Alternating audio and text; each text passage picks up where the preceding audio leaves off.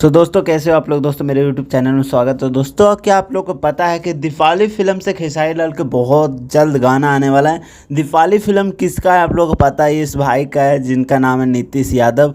और इनका बहुत दिन से गाना आने वाला था खेसारी लाल का, लेकिन आ नहीं पा रहा था किसी रीज़न की वजह से।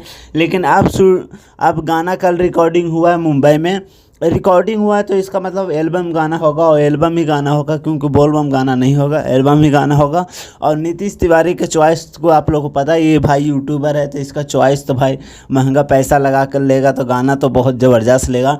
आप इनके गाने का डाउट मत कीजिएगा, इनका गाना बहुत ज़बरदस्त है। आप लोग जाइए दीपावली फिल्म को सब्सक्राइब कीजिए और खूब सब्सक्राइब करके ज़्यादा रखिए, क्योंकि बहुत जल्द गाना आएगा।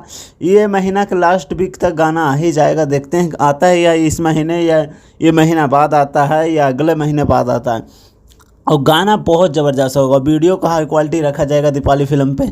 पैसा भाई लगाएंगे ज़रूर। सो ज़्यादा कुछ नहीं बोलता। ओके भाई, लव यू। मिलता हूँ नेक्स्ट अपडेट में। Love you.